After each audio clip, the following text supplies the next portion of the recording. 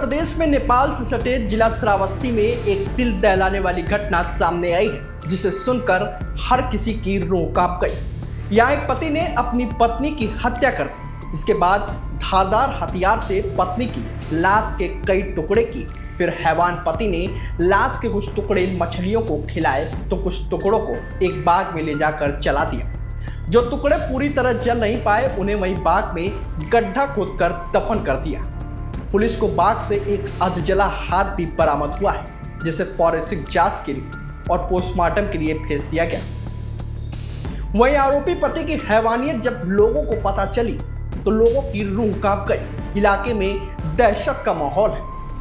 दरअसल ये दिल दहलाने वाली घटना हरदत्त नगर किरण थाना क्षेत्र की है। मनवरिया गांव के रहने वाले दूबर की बेटी सकीना उर्फ मुकीना की शादी 4 साल पहले साल 2021 में जब्दी निवासी सैफुद्दीन के साथ हुई थी। शादी के 1 साल बाद तक सब कुछ ठीक ठाक चल रहा था, लेकिन बाद में छोटी छोटी बातों को लेकर दोनों के बीच कहासुनी शुरू हुई और फिर झगड़े से बात मारपीट तक आ गई। इसी बीच सकीना गंभीर बीमारी का शिकार भी हो गई थी। वही बीती 13 मई को सकीना अचानक संदिग्ध परिस्थितियों में लापता हो। 14 मई को सैफुद्दीन भी घर से गायब था।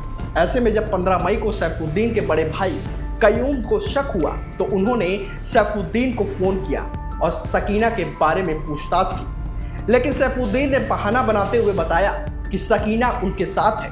इलाज कराने दोनों लखनऊ गए हुए हैं। वहीं गुरुवार रात जब सैफुद्दीन अकेला घर लौटा तो बड़े भाई का शक और पुख्ता हो गया।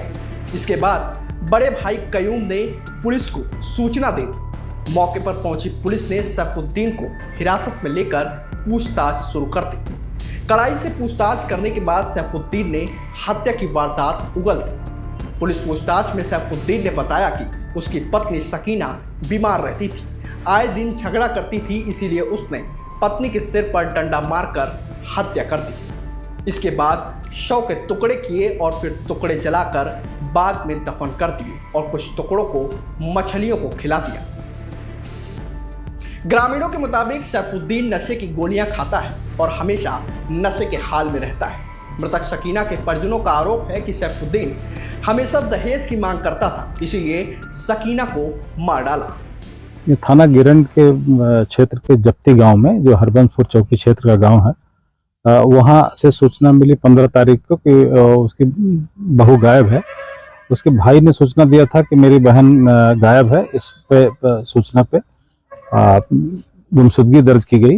गुमशुदगी दर्ज करके उसके आरोपी को उठाया गया। जो आरोपी ने अपने बयान में बताया कि उसको मार करके डाल दिया है। उसकी निशानदेही पे आज इस घटना स्थल जो पास में ही है, यहाँ पे उसको जला करके और मारने के बाद उसको काट के जला दिया, ऐसा उसने बताया है। निरीक्षण घटना स्थल किया गया है। इस संबंध में जो अभियुक्त की गिरफ्तारी की गई है और अग्रिम कार्रवाई नियमानुसार की जाएगी।